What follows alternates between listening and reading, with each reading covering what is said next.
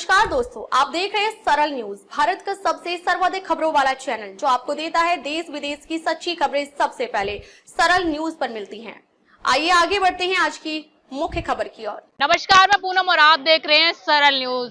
आपको बता दें, पहलगाम हमले को अभी 1 महीना हुआ है। इसी बीच लगातार बयानबाजी चालू है।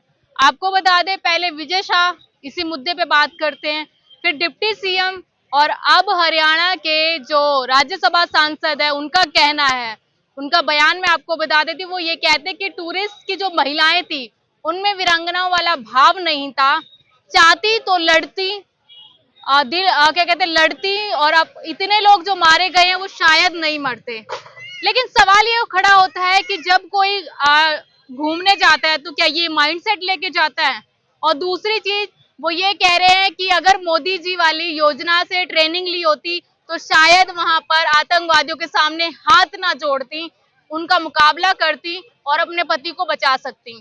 तो इसी मुद्दे पे बातचीत करने के लिए हम राजीव चौक मौजूद है, सीधा सर से जुड़ेंगे, जानने की कोशिश करेंगे कि सांसद के इस बयान से क्या कुछ समझ पा रहे हैं और कितना सोच पा रहे हैं। सर, क्या कहेंगे जिस तरीके से सांसद ने बयान दिया है कि आतंकवादी जो आए थे उनके सामने हाथ नहीं जोड़ना चाहिए था, उनके साथ लड़ाई करनी चाहिए थी, जोश नहीं था, भाव नहीं था वीरांगनाओं वाला। देखिए, सबकी अपनी अपनी राय होती है, सबकी अपनी अपनी असेसमेंट होता है और सब लोग अपने ढंग से किसी चीज को प्रस्तुत करते हैं। वो जो बात कर रहे थे वो भारत की एक सिविलाइजेशनल हिस्ट्री है जिसके बारे में बात कर रहे थे। क्यों? क्योंकि हमारे यहाँ तो सावित्री हुई हैं जिन्होंने यमराज से प्राण वापस ले लिए हैं, ठीक है। हमारे यहाँ सती अनसुईया हुई हैं। तो हमारी हिस्ट्री बहुत रिच रही है जिसमें इस तरीके का कोई भेदभाव कभी नहीं रहा कि कोई औरत है तो वो लड़ाई नहीं करेगी। आप माता कैकेयी को ले लीजिए, वो भी दशरथ जी के साथ लड़ाई करने ही गई थी। सीता जी ने ही धनुष उठा के इधर उधर किया था।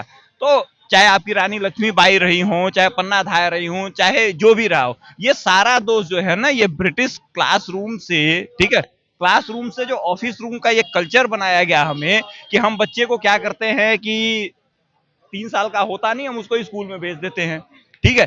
एक बात बताइए, मैं 3 साल का हूँ, 5 साल का हूँ, मैं मेरी क्या असेसमेंट हूँ, मैं क्या सीख सकता हूँ?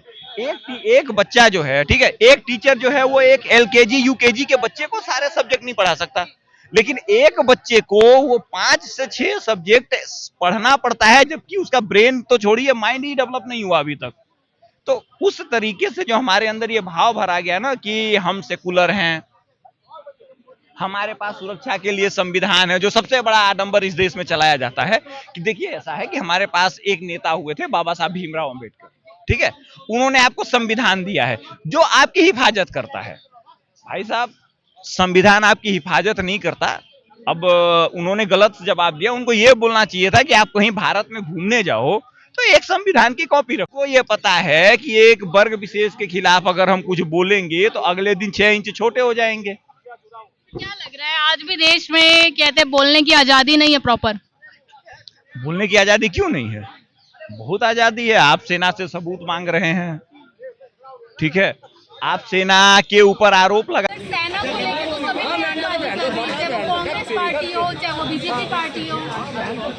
भाई बोलने की आजादी का मतलब क्या होता है? बोलने की आजादी का मतलब ये है कि आपका बयान जो है यूएनओ में कोट किया जाता है, बोलने की आजादी है तभी तो। आपका बयान पाकिस्तान चलाता है, आप कहते हैं कितने आपके जहाज गिराए गए। साहब, राहुल गांधी तो कहते हैं भाई 6-7 साल का युवा होता है, ठीक है, हमारे यहाँ 6-7 साल का बच्चा होता है।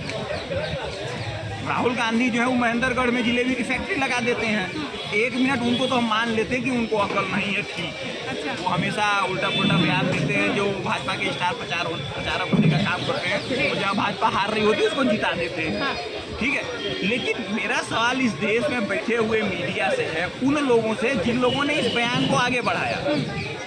आप जब राहुल गांधी ने कहा कि हमारे कितने जहाज गिराए गए हैं, तो एक साधारण सा सवाल पूछ लेते कि सर आपको किसने बताया? आपके पास कोई एविडेंस? अगर जहाज भारत में गिरा है तभी उसके वीडियो वायरल होते, कोई पायलट जख्मी होता, कोई कुछ होता, वो मिल जाता, ठीक है। तो भारत में तो गिरा नहीं। अगर पाकिस्तान में गिरा होता तो क्या पाकिस्तान वाले उसका फोटो, उसका वीडियो पायलट साहब पूरी दुनिया में अब तक दिखा नहीं रहे होते?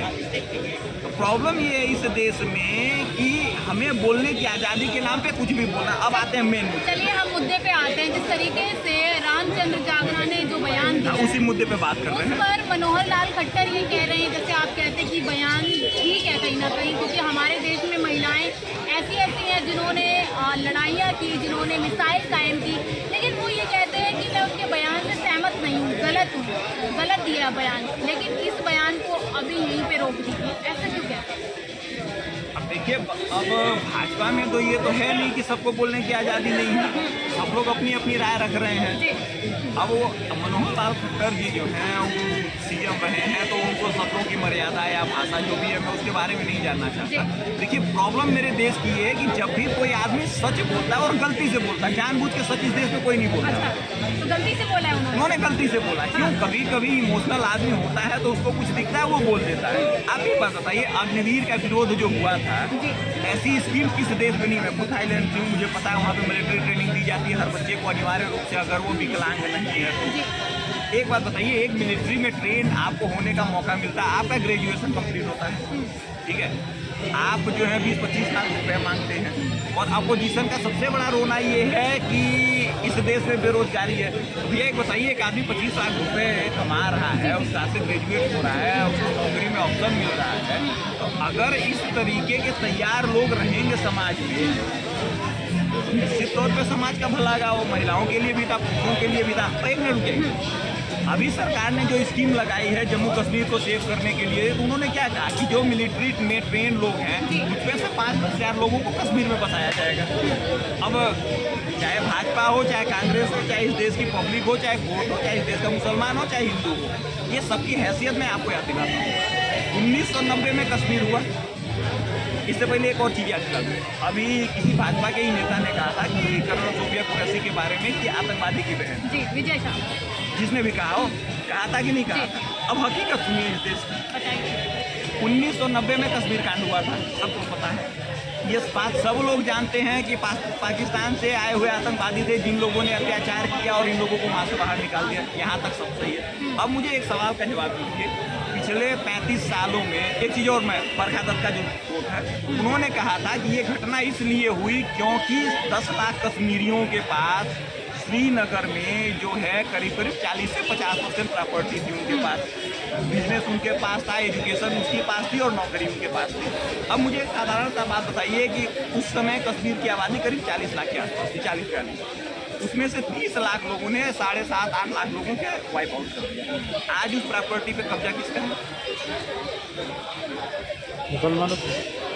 उन लोगों का कब्जा है। वो मुसलमान जो कश्मीर पाकिस्तान से आके इन लोगों को मारे थे, या वो मुसलमान जो इनको जान देने के लिए अपना भाई मानते थे?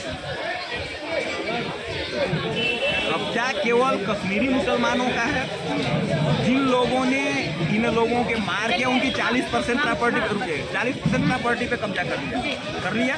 आपको अगर 1 करोड़ रुपए मिल रहे हैं और एक लोग को भगाने में, और आपके 14 बच्चे जेल भी चला जाएगा, तभी तो आपके हाथ में 1 करोड़ आ गया, आपके तो फैमिली स्टैंडर्ड सुधर गए। ये बताइए, क्या पिछले 35 सालों में कश्मीरी मुसलमानों ने कहा कि आपकी जो प्रॉपर्टी है ये वापस ले लीजिए? नहीं कहा ना। इस देश के किसी नेता ने कहा? नहीं कहा। किसी मुसलमान ऑर्गेनाइजेशन ने कहा? नहीं। किसी हिंदू ने कहा? नहीं। क्यों नहीं कहा? क्यों? क्योंकि सच बोलना गुनाह होता है। ये सबसे बड़ा आतंकवादी कौन हुआ? ये आतंकवादी वही हुए ना जो आपके भाई बन के आपकी प्रॉपर्टी पे कब्जा करके बैठे हैं। अब मेरा सवाल ये है सर, जिस तरीके से आपने देखा कि बीजेपी के तमाम नेता ऑपरेशन सिंदूर को लेके बयानबाजी करते हैं, सेनाओं को लेके करते हैं, वीरांगनाओं को लेके करते हैं, तो क्या उनका इस्तीफा होना चाहिए? क्योंकि जो केंद्रीय मंत्री हैं वो उन्होंने ये कह दिया कि हमारे पार्टी में तो इस्तीफा ही नहीं होता राजनाथ सिंह। नहीं होना चाहिए। हमें इस देश में ये जानना जरूरी है कि हमें सच बोलना होगा। अच्छा। किसी को तकलीफ तो होती है, 1 मिनट, अगर किसी ने कहा सोफिया कुरैशी अगर आतंकवादी की बहन है, तो मुझे इस सवाल का जवाब चाहिए ना कि 35 सालों से इस देश के किस आदमी ने कहा कि ये जो कश्मीर में 30 लाख लोगों ने इनके 40% जमीन पे कब्जा करके बैठे हैं, इनको आतंकवादी घोषित करके देश से बाहर निकालिए? किसी मुसलमान ने कहा? नहीं। कोई नेता कहता? नहीं। तो भैया का बयान सही है आपके पॉइंट? 100% सही है भाई। सुप्रीम कोर्ट क्यों फटकार लगा रहा है, क्यों बोल रहा है कि मगरमच्छ के आंसू हैं उनके, माफी मांग रहे हैं तो किसको?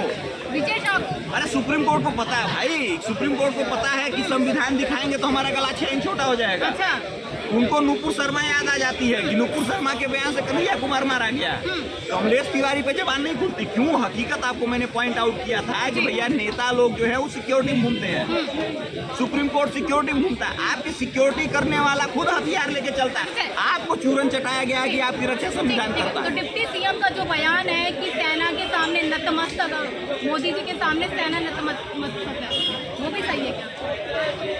भैया मैं मिलिट्री का, सेना का ऑफिशियल प्रवक्ता नहीं हूँ, मेरे मिलिट्री में जानने वाले नहीं, बयान जो दिया है मिलिट्री में जो 2, 4, 10 लोग काम करने वाले हैं जिनको मैं जानता हूँ, उन्होंने एक बड़ी अच्छी बात, उन्होंने ये कहा कि जब से मोदी जी आए हैं तब से हमें पहली बार एहसास हुआ कि हम भी इस देश के नागरिक हैं और देश की सुरक्षा में हमारा कोई योगदान है। तो नतमस्तक है। एक मिनट, मैं आपकी जान बचाने के लिए 24/7 मेहनत कर रहा हूँ, तो क्या आप मेरी इज्जत नहीं करेंगी? करेंगे बिल्कुल।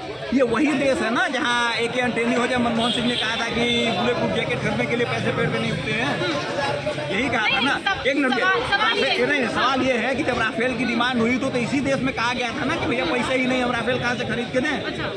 तो भैया जब तुम्हारे पास जो आपकी सिक्योरिटी करने वाला है उसी को देने के लिए कुछ नहीं है तो आपका सम्मान कौन करेगा? मुझे बता दीजिए। अब इन लोगों की बात सुन लीजिए, वो तो पता नहीं कौन जनरल थे VK सिंह जिन्होंने क्या बोलते हैं सियाचिन नहीं देने दिया, वरना 65 जीते वापिस कराए, अक्साई चीन दे के आ गए, अरुणाचल का आधा हिस्सा दे के आ गए, POK दे के आ गए, सेंट आइलैंड जो था वो श्रीलंका को गिफ्ट करके आ गए। ये कांग्रेस वाले ने किया है ना। जितनी चीजें भारत जीतती रही है POK सारा ये लोग दे के चले आए। बांग्लादेश को आजाद कराया, हमारे 10 को सिरदर्दी दे के चले गए। 93,000 लोगों को 3 साल बैठा के खिलाया, हमारे 54 वापिस नहीं लेके आ पाए। तो भैया सेना कैसे आपका सम्मान करेगी? मुझे बताइए ना। सीज फायर हुआ, एक सिपाही एक सैनिक जो बॉर्डर पार गया था, उस सीज फायर होने के अगले दिन गाजे बाजे के साथ उसको इज्जत के साथ भारत वापस लाया गया और उसके पहले कटे हुए सर आते थे। तो भैया सेना किसका सम्मान करेगी ये तो जनता बताएगी ना। सेना मोदी जी के आगे नतमस्तक है, ये बयान सही है आपके? मेरा सवाल है, मैंने प्रूफ रखा है। हाँ प्रूफ रखा है, चलिए ठीक है। तो देखिए हमारे साथ इस वक्त सर मौजूद थे। सर का साफ साफ कहना है कि जिस तरीके से रामचंद्र जांगड़ा ने जो बयान दिया वो कहीं ना कहीं गलत नहीं है, क्योंकि हमारे देश में तमाम ऐसी महिलाएं थी जिन्होंने ये साबित कर दिया कि महिला किसी से कम नहीं है। और जो उन्होंने कहा था कि मोदी जी की योजनाओं की ट्रेनिंग ले लेनी चाहिए थी, तो सर का कहना है कि गलत क्या है, ट्रेनिंग लेते तो शायद कुछ ना कुछ बेहतर हो पाता। लेकिन आप लोगों की क्या राय है, हमें कमेंट बॉक्स में जरूर शेयर कीजिएगा। क्या जो टूरिस्ट है उनकी महिलाओं में वीरांगनाओं वाला भाव था या नहीं, हमें कमेंट बॉक्स में जरूर शेयर कीजिएगा। मैं पूनम, आप देख सरल। अब तक के लिए बस इतना ही, फिर मिलते हैं एक ऐसी ही बड़ी खबर के साथ। तब तक के लिए नमस्कार और देखते रहिए सरल न्यूज। सरल न्यूज में बने रहने के लिए हमारे चैनल को फॉलो करें और लाइक करें, सब्सक्राइब करें, बेल आइकन दबाना ना भूलें। अगर आप हमें फेसबुक, ट्विटर या इंस्टा के माध्यम से देख रहे हैं तो हमें फॉलो करें, कमेंट करना ना भूलें। धन्यवाद।